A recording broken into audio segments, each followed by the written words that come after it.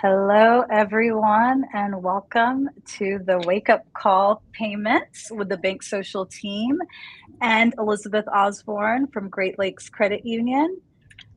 Thank you, Hello. everyone. Hey, hi, Elizabeth, and thank you, everyone, for joining us. I want to go around and just introduce everyone. Elizabeth, welcome. Thank you so much for joining us today. And Thank yeah. you. Thanks for having me. So excited to talk about a hot topic. Exactly. And Elizabeth, we're really grateful that you could join us. And this is something that we recently just did a payments webinar around. And we really are excited to have you here to share your insight. And we have from our BankSocial team, the rest of our team, our leadership, John Wingate. What's up? Becky Reed. Live long and prosper. And Liz Winninger. Hey. Awesome. So let's jump in. Let's start. So everybody has kind of joined us here to find out our perspective and kind of what's happening in the industry around payments. And then to dive a little bit deeper around why now, the urgency, and kind of the landscape. So we're going to kind of go around and I'm going to ask you guys a few questions. We're going to open it up a little bit to discussion. And at the same time, anybody that's joining in, you can leave a comment if you have any questions, or you can scan that QR code and send your questions ahead. So yeah, let's get started. So let's start around urgency and kind of where we stand now. Elizabeth, I'm going to hand this over to you. And if you can just tell us a little bit of why it's so important for credit unions now to pay attention to payments. Yeah, so if anyone here has attended a conference recently, I guarantee multiple topics have the word payments in them.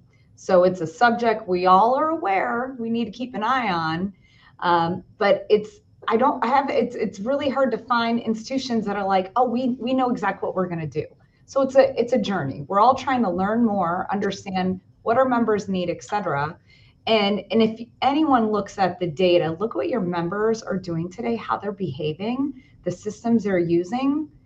It absolutely tells the story that this is a subject and a topic we've got to get ahead of and need to take action on. So I think the topic is extremely relevant, very timely, and I'm hoping everyone here feels the need to take action immediately like I do. Yeah, perfect. And, talking about why payments are no longer just a service, but a strategic anchor for loyalty. Yeah, so I think when someone would refer to payments, even for myself, I'd always just think of the transaction, right? It's a transaction. You have funds moving from one institution to another institution, et cetera. And over time, that's really evolved.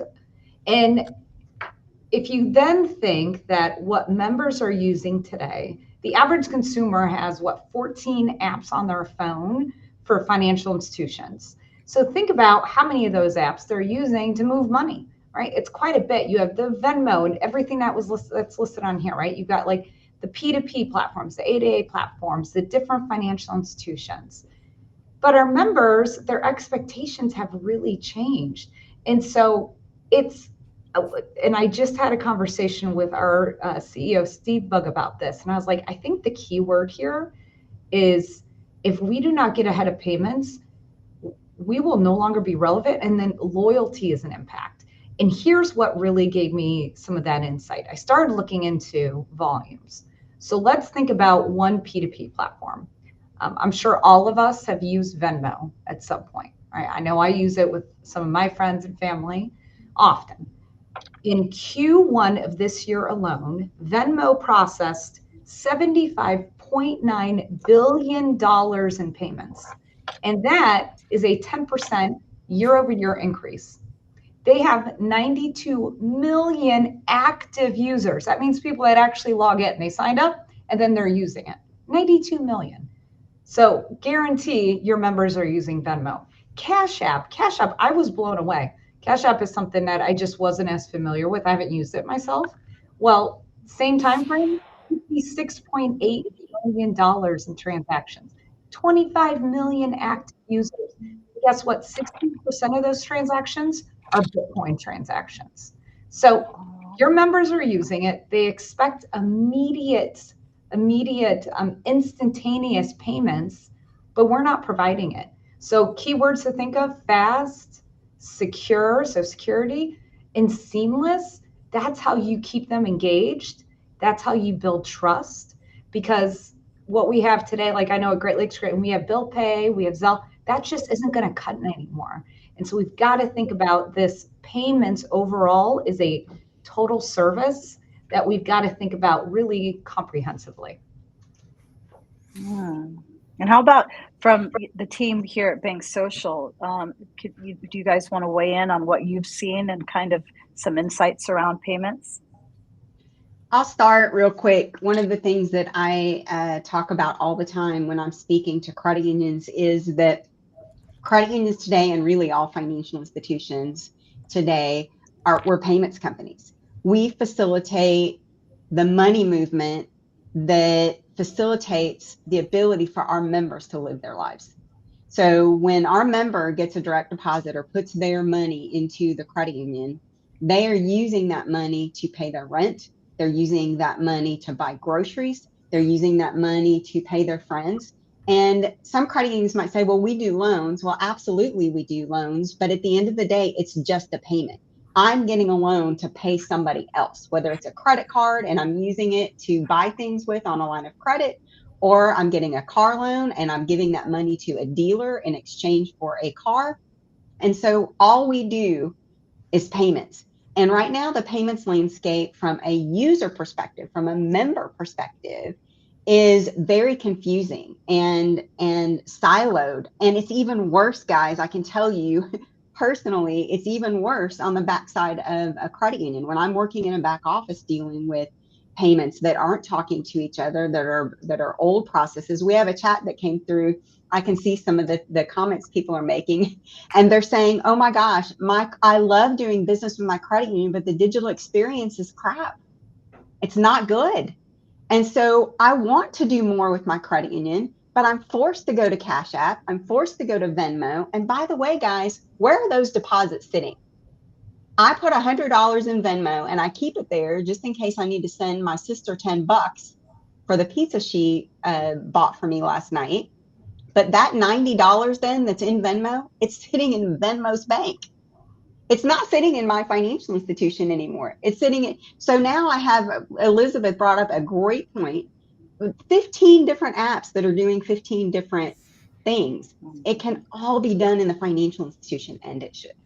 Well, look at what they're saying here. They're literally saying, I'm going to read it. I would love for my CU to have an offer to compete with Robinhood, Venmo, Cash App. If I had one app that did all of that, I would mucho love my CU. That's an exact quote. Yeah. I'm going to Brian, exact quote. And really, this is what we see generally across all spaces is nobody wants, I mean, I'll just speak personally for myself. Forget the 5-6 people here that are saying their thoughts. I don't want 6, 7, 8, 10 apps. And that's why the convergence of all these solutions into a single interface or into a few interfaces is what really financial institutions, namely credit unions, need to be focused on, because it provides that experience that creates loyalty, that creates stickiness, right? Like our embedded investments platform, the embedded payments platform, the embedded wallet platform, all these provide stickiness. We see people come back hundreds of times per day to their app to use it, to their digital banking app to use it. And it's because they trust their digital banking app. They trust their credit union already. So trust is a big factor that you have already built with them, and that you can additionally amplify and leverage to drive further experiences into that member's life that help impact and that help drive more inclusivity, help keep more deposits at the institution. And really, we're seeing even now with some of the new features, bring more deposits to the institution. And so, I think people care about being local. People care about owning their financial outcomes, and it doesn't happen anywhere else except for credit unions and except for, within that digital experience that a credit union can deliver. Yeah, and I would even add to that payments are your brand.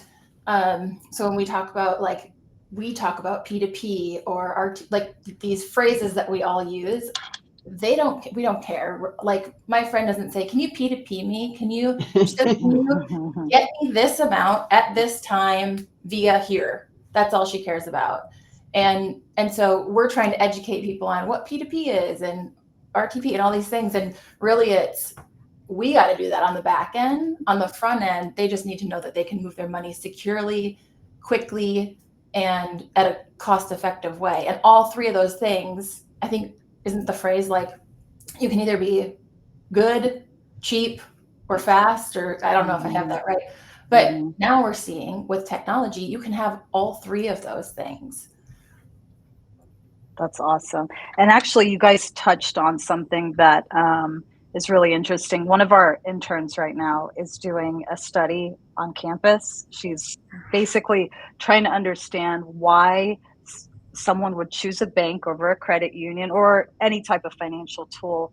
And one of the big questions was payments. And for them, not understanding anything about any of this, they're like, why? Why does my bank not have that? Like, they don't understand the tech behind it or anything. They just want to know why. And that is one of their biggest things. There's other reasons as well, but with payments. So I want to ask a few questions. So what's the biggest shift that you guys have seen with money and how members expect to move money right now? Elizabeth, I'll send that question to you. Yeah, I mean, it's a natural transition. This is perfect because it's all about speed and simplicity. And even if you look at some of our competitive neobanks out there, like Chime, for example, they do a really good job of keeping it simple.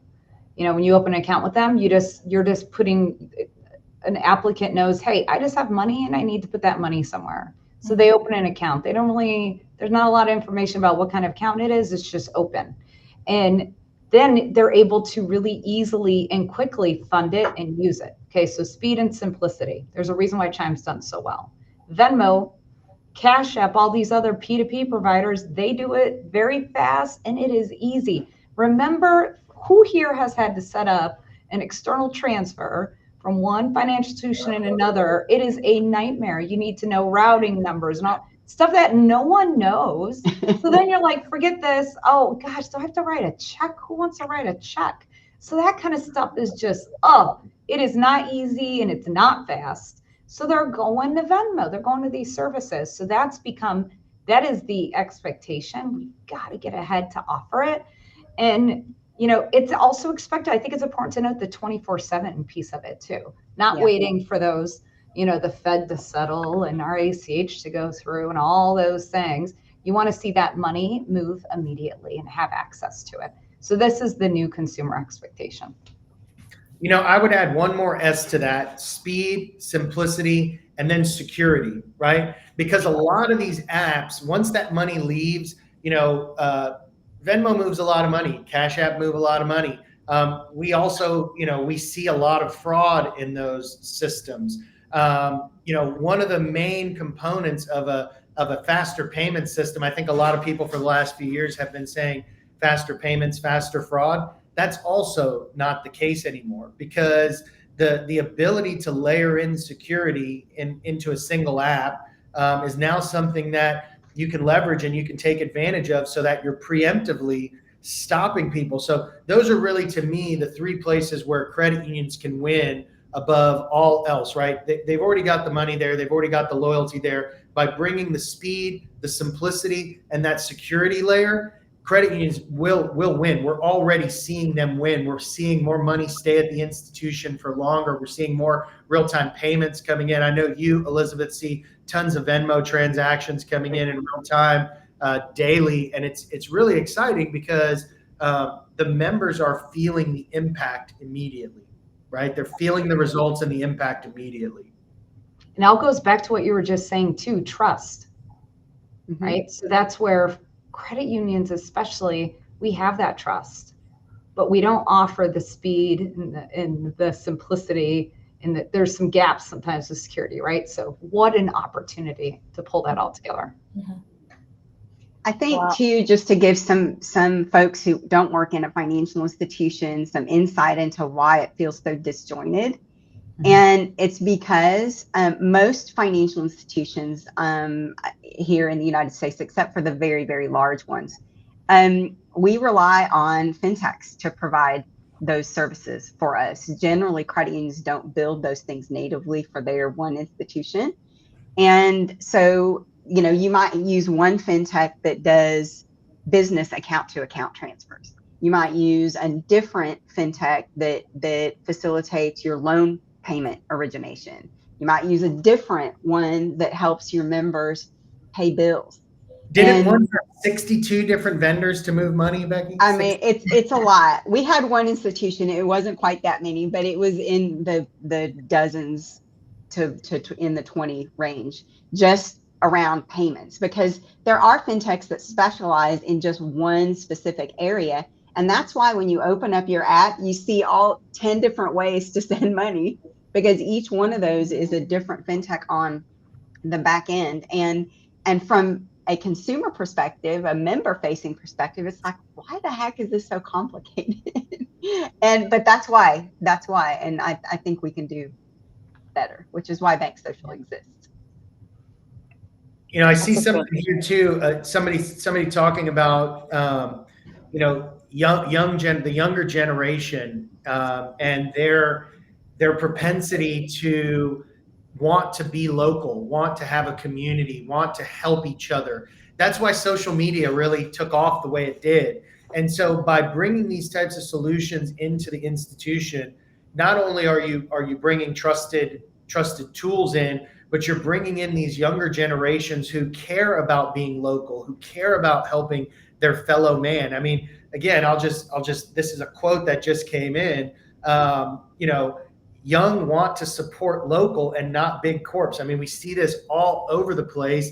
And really the barrier, there's really just one barrier. It's that ease, it's that experience. You know, they're the Amazon generation, right? They're the Facebook generation. They're used to pushing a button and getting what they want instantly. And how do we do that in a way like Elizabeth, you were saying, that's safe, that's you know, speedy, and that has that great experience, all wrapped into one thing. The Gen Y, Gen Z, but also something that is simple enough and intuitive enough for your existing member, right? My mom, who's you know, coming up on 70. How do I put something in her hands that she just pushes a button and she doesn't have to care about the 15 different ways to move money? You know, I won't name the bank, but there was a big bank that I have to help her do her you know, money movement all the time, because there's 20 different ways to do it, right? And customers and members and consumers they have the expectation, and it's the right expectation, that it's not that hard anymore to do these things. It shouldn't take that many buttons and that many features to do these types of things. It should be the norm nowadays. Have you guys, I hadn't heard this phrase before, but recently someone said payments are plumbing. Payments are just plumbing.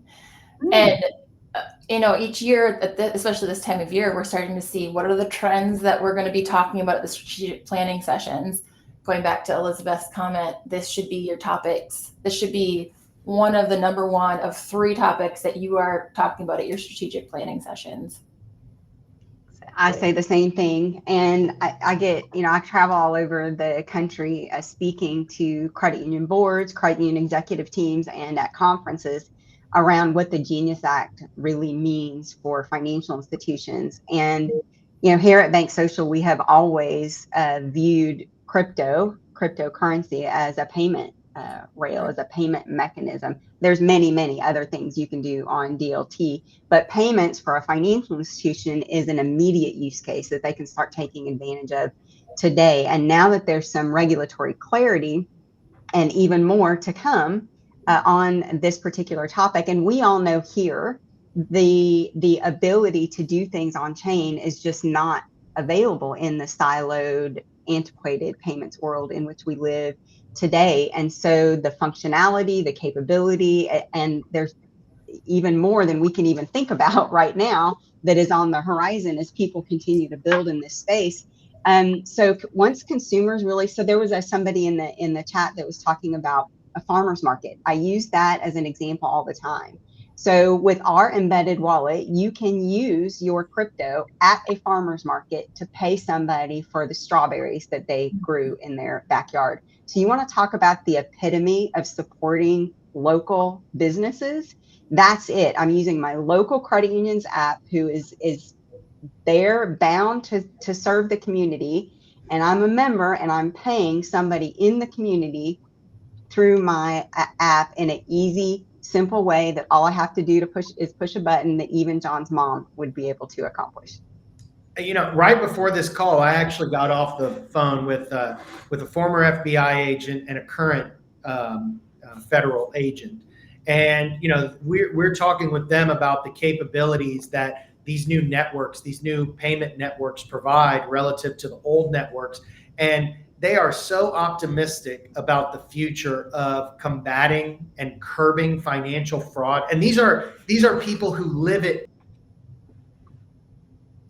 every single day, thousands of times per, with people who are losing their entire net worth, right? Millions of dollars, pig butchering scams, and all these things. The ability and the capabilities that these new payment systems provide, and AI, layering AI on top of it. You know, when the FBI and the Secret Service and all these guys look at what we're doing and embedding this in financial institutions, they embrace it. They want to be a part of it. And so, you know, it's not just the consumers. You know, we look a lot of times at the consumer experience, but really that shiny button that we put inside the app, the capabilities that are happening behind the scenes and the advancements that are happening behind the scenes to protect and to offer those trust layers and that security layer, it is unmatched. And we're seeing it end to end. We're seeing it from the law enforcement side, we're seeing it from the consumer side, and we're also seeing it from the credit union operations and the employee side.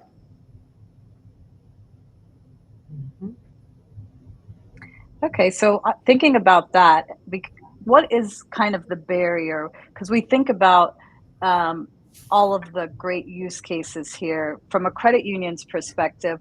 What is the real barrier that's keeping a credit union from being able to adopt this? So, do we feel that it's culture, regulation? Yeah, so there's always barriers, and so you got to work through it. But I think this has been a very constant discussion with our board, very open. You know, we're very fortunate. We have a great board of directors that is very interested in this. We were fortunate enough to have Becky Reed visit us last year, so thank you. She did a great job. I highly recommend it, by the way. And but it's really, I see the biggest, because you can purchase technology, right? Regulations, that's another barrier. Regulations can be worked through, managed, change, etc. Right? Culture is the biggest challenge, because that you have to deal with several factors. It's culture both for your members and also for employees, because change is hard. It's hard to grasp it. There's many generations that you need to work through. That's the other challenge we have at Great Lakes Credit Union is, it's not always a one size fits all. Okay, we have members with different needs. We have members that are maybe less comfortable with technology, and those that are demanding, knocking our door, just like one of the comments Steve Rose just stated. Why aren't you out there at colleges bringing people on? Totally agree. We need to do that. So how do you kind of make them all happy and keep them happy? So I think it's a cultural shift that takes time. It takes consistent messaging. You've got to build I call them cheerleaders. I talk about this often. Find your people that get the vision and they can explain it. They've got like your elevator pitch. They can say it in 20 seconds, grab you, catch you, and then pull that forward. And so that's how that cultural shift happens, but it definitely takes time. So that's the biggest barrier I see really truly throughout credit unions and also banks.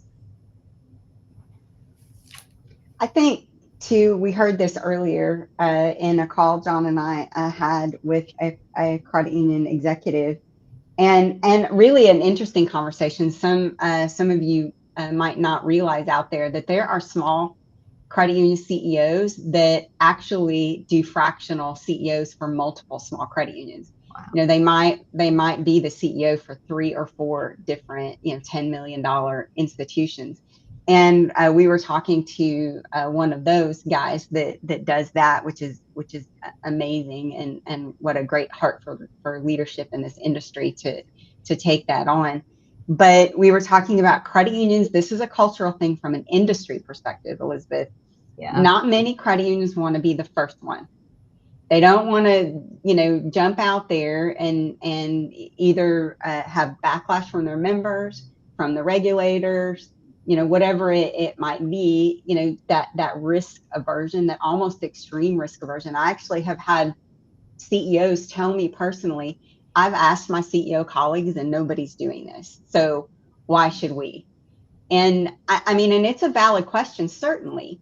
But I would agree maybe not to move forward too quickly if it was something that was kind of edge case. It was maybe out there that was, not really well known or well recognized as being something that will be prevalent in the future. But we got to start somewhere, guys. So now, well, the answer back to that person is, you already are doing it. You're just not doing it in your app. They're sending the money to Venmo. They're sending the money to Cash App. So you're already facilitating real-time payments. You're just losing all the value, losing all the trust, you're losing everything, right? So by sitting back and letting that member take those funds somewhere else, you're still facilitating real-time payments. You're right in the middle of that flow. Trust me. We can go into your core and show you how right in the middle of that flow you are, right, with core data. So you're already there. You're already facilitating it. So it's just a change in perspective of how you view, are you just going to sit on the sidelines and let it happen through your core, through other apps, or are you going to bring that trusted experience into your ecosystem and be that one-stop shop? You want to be that primary financial institution? You got to start. I hear that all the time. It's like, we want to be the PFI. It's like, okay, how much money is leaving via real-time payments, third-party apps? Okay, well then they're the primary financial institution because all the money's going through there. So how do you reverse that trend, bring that back inside, and not just be a facilitator in the loop, but be the facilitator of the loop? Because you can layer on so much more trust, so much more security. You have so much more data about the member and where their money's come from and where it's going. There's so much you can do to impact a member's lives when they do that transaction with you versus out there in the wild by themselves, all on their own. And so some of the things that we hear are, is it secure? Or from our credit unions, it's not secure. I'm worried it's too fast. I can't stop it from happening. It's not secure enough. So somebody had a really great question, Rodo, in the comments, and I'm actually going to pitch that over to John.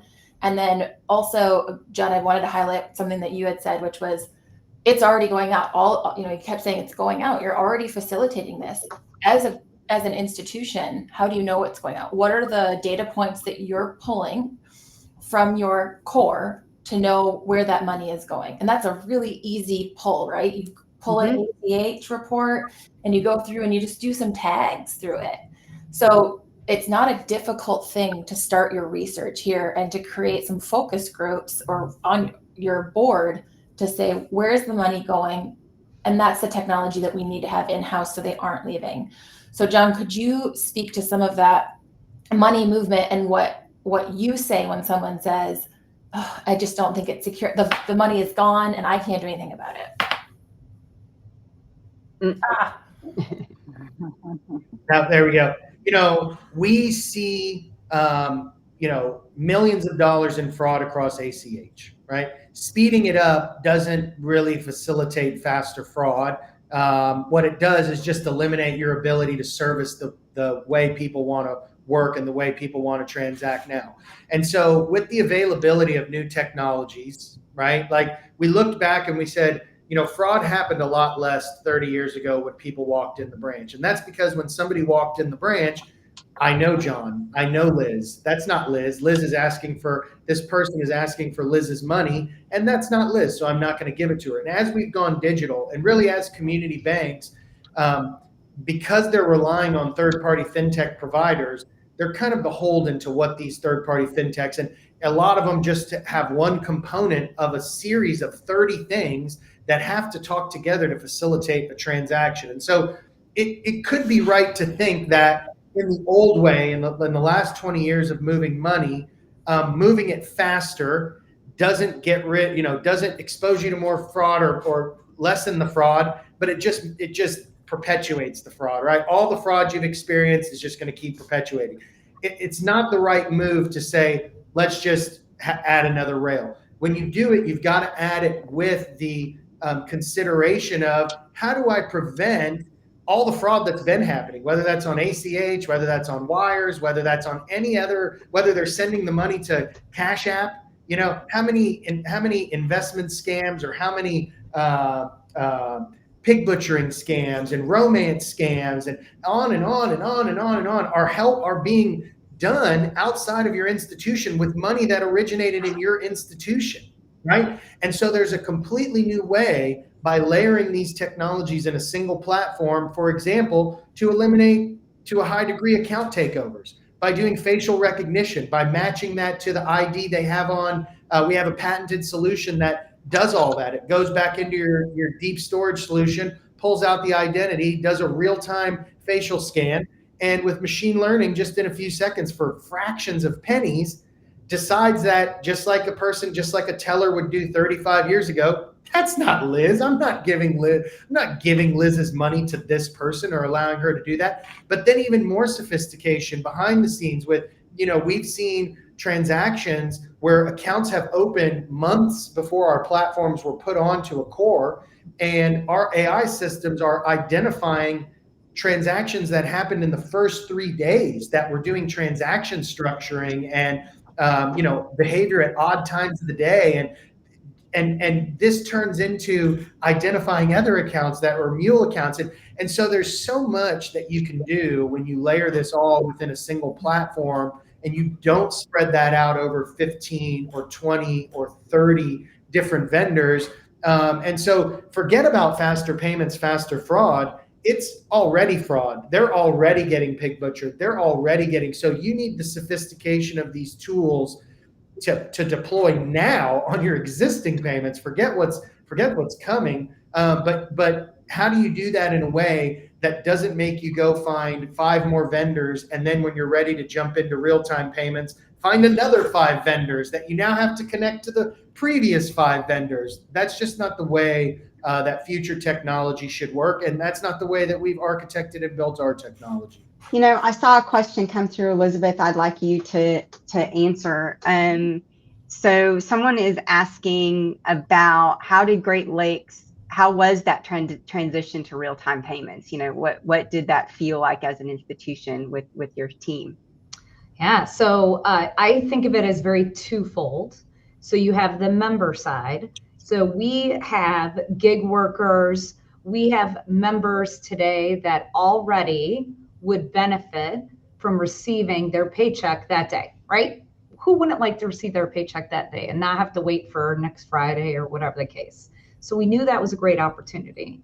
And so that was the benefit for them first. So when we set up Receive, that meant that those members that used to have to wait for their paycheck to then settle and be available to them were then seeing their payments instantly. So that was a huge benefit. We received really great feedback on it. The other side is your back end. So for those that are financial institutions on this line and listening to this call, you then have to just think about how do you kind of adjust your operational processing, right? It's a different file that you get from the Fed. It's a little bit different balancing, but it's simple, right? It's real time. It's same day. So you get it. You just have to be prepared for it. So our experience with BankSocial getting it set up, super easy. Everything, especially RTP, that was a breeze. But we're live with both. And so we currently receive both RTP and FedNow through those rails. And then we're in the process of getting Send ready for our members. So that's a huge benefit that, frankly, we need to do right now. It's just got to make the time. So we're getting there. I think I do hear, thank you, Elizabeth. Me personally, I can tell you that when I first heard about real-time payments from the clearinghouse, I just thought you were pressing the batch button more times a day. Literally, that's what I thought it was. And I was like, well, I don't want to do that. That sounds really painful. That is actually not the way it works. It's a completely different messaging system. It is not batch. And it is real-time settlement, immediately instant, and it isn't clawbackable. So when it gets there, and I think that's what has people scared a little bit, because they're like, oh no, you can't return it. But on the other end of the spectrum, ACH can be disputed and in some cases clawed back. And so that means a lot of merchants and a lot of businesses won't even take it because of that. They won't accept an ACH. We have a vendor we use that will not accept an ACH. They'll only accept a wire. And so it's like, oh my gosh, now I have to do something even more complicated and more time consuming and more expensive, just because the ACH rails are not reliable for the person accepting it on the other end. And so it really does settle in real time. And so because of that, guys, the balancing process, super simple. Much easier. And frankly, I think wires, you're going to see that slowly fade away, because why even have that? So wires are clunky themselves, right? It requires all these authorizations and approvals, and you have to have the right systems. Real-time payments, it's just you're sending it and it's immediate. So wires are soon going to be a thing of the past. Well, and the stable coins are going to facilitate that being gone even quicker, I think. Totally agree. Yeah. All right, that's a great kind of segue into what the infrastructure looks like now. And I know you said culture was one of the biggest barriers. So thinking about, where we've come from and where we're going, I think it's a, good opportunity for kind of education around some of this. Can we talk about the landscape, where we've come from, where we're going, where we are right now? Elizabeth, I'll start with you. Oh, yeah. Whew. So as the COO of Great Lakes Credit Union, I apologize because I didn't really properly introduce myself earlier, but hello, everyone. I'm happy to be on this call. I got thrown off at the start. So my teams oversee the operational aspect of it. So I have a deposit operations team. They run ACH. They have now same day coming in, right? They have real same day ACH happened a couple years ago. Real-time payments is in place. Right now, then you have all these new services happening. And so it's truly this evolution. Now for financial institutions, it's become much more complex. And this is the way I explained it to the board actually last night. So I was like, you have all these different payment rails that we're trying to manage and work through, all with different timing. It's become a challenge. So you have pay ahead, you have same day, you have instant real time, right? And then you have regular ACH. So all these different windows, and then you have to try to balance them and ensure that your debits and credits are going where they're supposed to. And wow, it has become a challenge. So really, when we think about what's available to us now through tokenized settlements in the future with stablecoin, wow, it's a game changer. It's going to, and AI, what BankSocial has introduced for this, it streamlines this entire process. So it takes those complexities and throws them out the window. With AI especially, John, I was actually going to ask you about human-powered AI, because that's something that I think a lot of people haven't heard of. I was going to, before we jump into that, I was going to talk about tokenization of assets, because it goes far beyond just payments. And so what do I mean? What do I mean by that? I mean that here very shortly, we have a number of credit unions coming onto our investing platform, where not only is that investing platform embedded in your existing digital banking, but somebody who's using our direct-to-consumer app can sign up for your credit union, and without selling their assets, those stocks, those dollars, those crypto, they can move those assets right into their credit union wallet without selling them. What is the biggest barrier? We had so many people that, so many credit unions that over the last several years have launched a wallet system, a stock system. And the behavior is, well, you got to sell those stocks, or you got to sell that crypto somewhere else. You got to convince them that the millions, or, that the hundreds of thousands or the tens of thousands of dollars they've had somewhere else, take the taxable hit, right? Sell it, move the cash, wait days, move the cash back to your institution and rebuy. Yeah, not going to happen. Okay. And so what we've invented, and it's already working at financial institutions, is people are moving their stocks, people are moving their crypto from off the financial institution's purview or seeing, moving that right into their embedded wallet, right embedded. So this is what tokenization allows us to do, is to create an interoperability that puts your financial institution right back in the center of the mix, right? And we're talking about tokenizing even other bank accounts at other financial institutions, so that now you've got a more comprehensive picture. You put our robo-advisor on it. What kind of education, what kind of insights, what kind of ability to put new financial products in front of somebody that can help them in their life, depending on what types of things they're going through in their life. And that's the transition into human-powered AI, right? So a lot of people see AI as this thing that is going to take over jobs and get rid of jobs. I don't want to speculate. I can't foresee the future. But what I can say is that we're seeing a tremendous amount of uplift in outcomes and results when you pair AI with humans. And when you put a human, when you give the insights to a human that they would otherwise have to spend hours and may still miss or may still not get the full picture on, or they might have so much noise coming at them that it's harder to find the signal.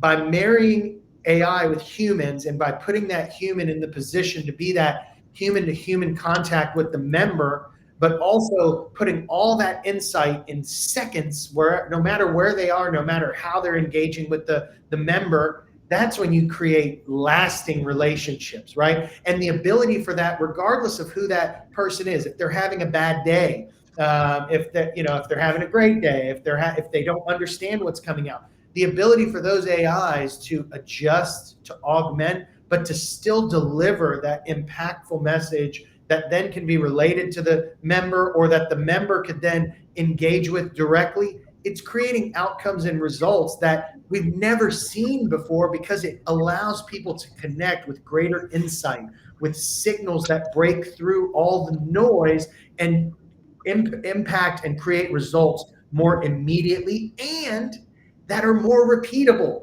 How do you put your best compliance officer in front of every teller, right?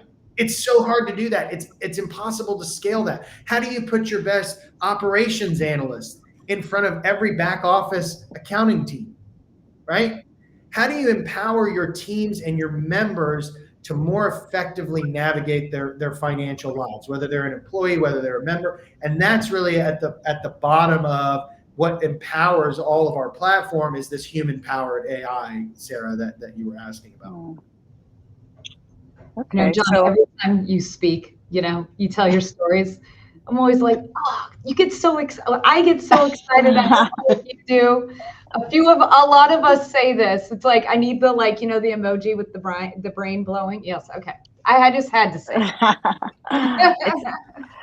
I mean, it is exciting. That's the part about human-powered AI that I think is really interesting, is a lot of people think AI is something that's bad. It's something that's going to kind of take the world as we know it and turn it upside down. But once you actually start utilizing it, you realize that the human element is something that AI is never going to replicate. And it's absolutely necessary for AI to be used to its, most potential. So I wanted John to touch on human-powered AI, but I also wanted to talk about when an institution comes in and maybe they're starting to offer payments. How does this change their operating model? What is the shift that happens there? What are the benefits in them using this over, as we talked about, ACH wires and the traditional payment methods that they were using before? Yeah, can you kind of expand on that a little bit? So how does it change the internal model of how they're operating? So once they're, for example, partnering with BankSocial, how would that change the operating model for a credit union? Yeah, so credit unions, for us, what we've done is we've taken a hard look at all of our different partners and vendors and how we receive and send money today, right? So a bank and a financial institution you have money inflows and outflows throughout the day. And we're looking at it, we have it starting at 7 a.m. all the way to 7 p.m. just from the Fed, and multiple files throughout the day. So you have to take a hard look at what's coming in, what's coming out, and how can they be replaced? How are they impacted? And how do you adjust to it? And I firmly believe that it happens with great technology. You know, you have to have the technology and the like agentic AI, like what's been developed to help complement that process, because your internal processing really does have to adjust. It changes anything from your operations teams that are on a daily basis processing these files and make them available, to your support teams that are answering questions to members, to your finance and accounting departments who are trying to settle with all these. So you have to really think, and you have to develop a roadmap.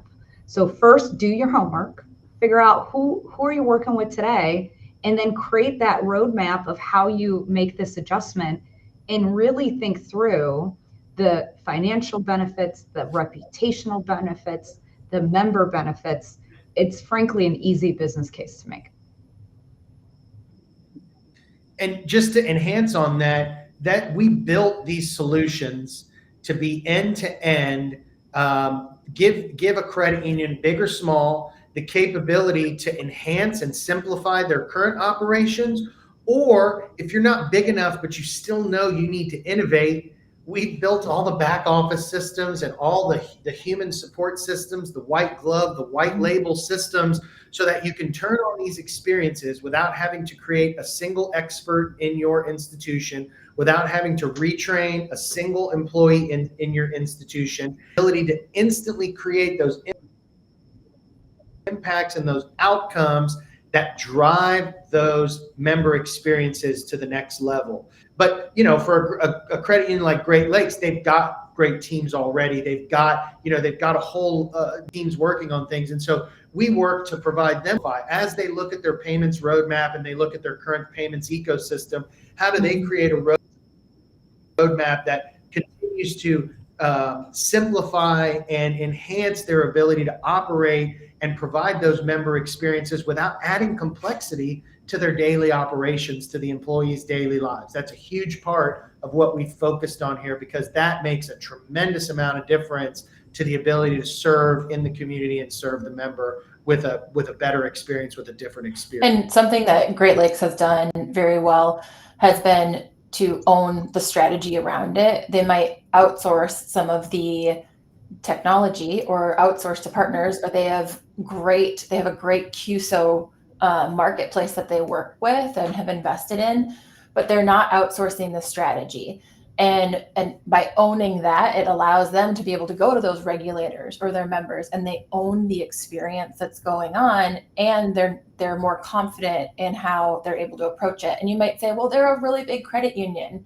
For sure, big credit union, but we're not just seeing it in large credit unions, or banks. We're seeing it in institutions of all sizes who are really able to hold on to that strategy around their approach.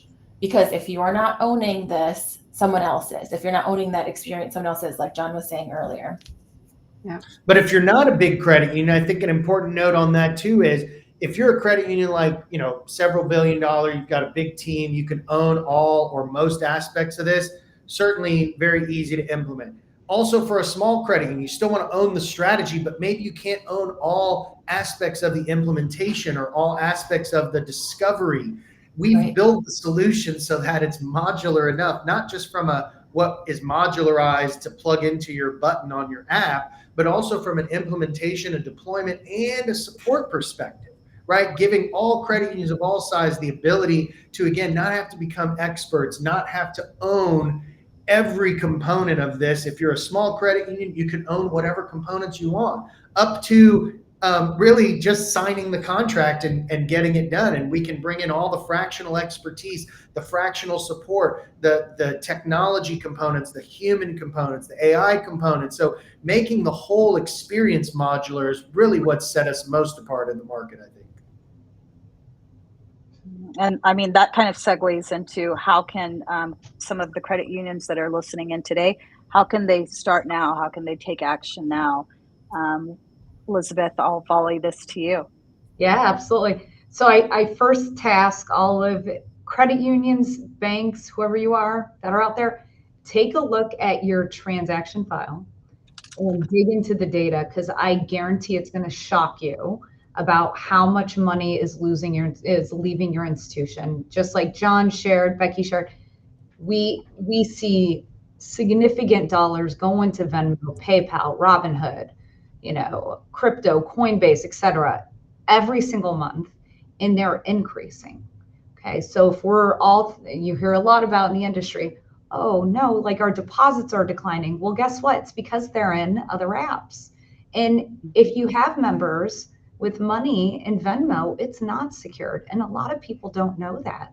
So that's also, it's not insured and it's not as secure, right? So that's also a good learning opportunity to kind of think through, okay, the trust and loyalty of a credit union. So do your homework, do your homework like I stated, figure out who are all your partners, how is money coming in and out today, what is the volume of funds leaving your institution, and how much, to a comparison, how much is coming back. Guarantee it's not equal, all right? It's going to be very lopsided. Yep. And then third is then really just kind of making that business case, pulling it together and start communicating it. It's an easy story to make. BankSocial is a great partner to help you with that transition, because it's a journey, and it's going to take time and effort, but it's very feasible. Yep, just have a plan. We have a saying here at BankSocial that we say all the time: think big, but start small. You don't have to eat the whole elephant, so to speak, right? You can start one spoonful at a time. I don't know how palatable elephants are, but just start small, but have a plan. One of the things we did at Lone Star Credit Union is we completely overhauled our technology infrastructure. And if we looked at the big picture of where we wanted to end up 3 years later, it was a monumental task, and it was imposing, and it was intimidating. But you know what? We started here. Let's start with this one place. And then when we get that done, now let's move to the next one, and to the next one, and to the next one. And I think that what is so awesome about what we built here at BankSocial, me coming from the smaller credit union space and understanding the limitations that we had, even from a staffing perspective, like what John and Liz were talking about, that we have created this environment where you can start small.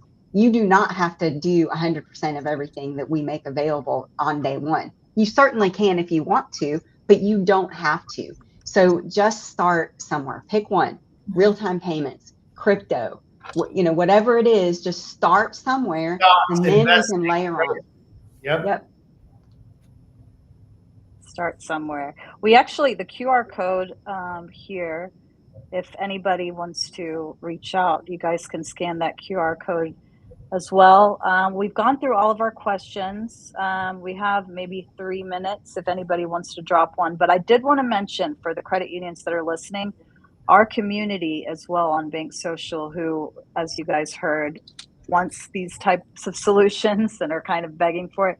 About last time I checked, almost 400 had tuned in to listen to this, because this is something they care about. This is something they're searching from their financial institutions, and they're not seeing it, but they want to see it, and they want to know, who's going to be one of the next Well, to adopt. they are seeing it, because I have people reach out to me all day that are signing up at the credit unions that we have launched in, and I'm getting pictures from them saying thank you so much, because now I can be at a credit union where I want to be and do all the things that I want to do, and do it in a safe way, and in a way that puts it all into one app. So, but certainly we are seeing, Sara, people who maybe are in areas of the country that aren't supported by our current credit unions, who are asking for their credit union by name, right? But yeah, it's really exciting time to be alive in the world. And these kinds of things, and again, coming from a credit union perspective, I as a credit union CEO, I really would have embraced doing this more with our members. I think that this is a great venue, a great opportunity for people to have input and get real-time answers to their questions, understand what roadmaps are, all of those kinds of things. But the appetite, and again, this is one of the reasons I wrote my book, the appetite for the decentralized finance generation, which includes all generations, actually, not just Gen Z, but also includes millennials and Gen X.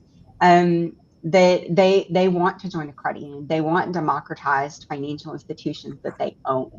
And so credit unions out there, start reaching this space.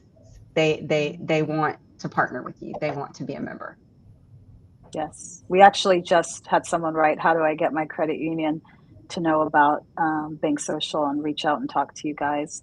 So definitely we will send you that information so you can reach out to your credit union, get them to the right person. But we're always here at any point. If any other questions come up after this AMA, we're going to be doing more of these every Thursday. You know, we're live with the community. And every couple of weeks, we'll be on with a wonderful AMA roundtable like this. Elizabeth, thank you so much for joining us. This was Thank you, great. Elizabeth. Thank you. Thank you, everybody. Thank you. Have a great Thank you to weekend. everybody who tuned in. Have a great weekend. Thanks.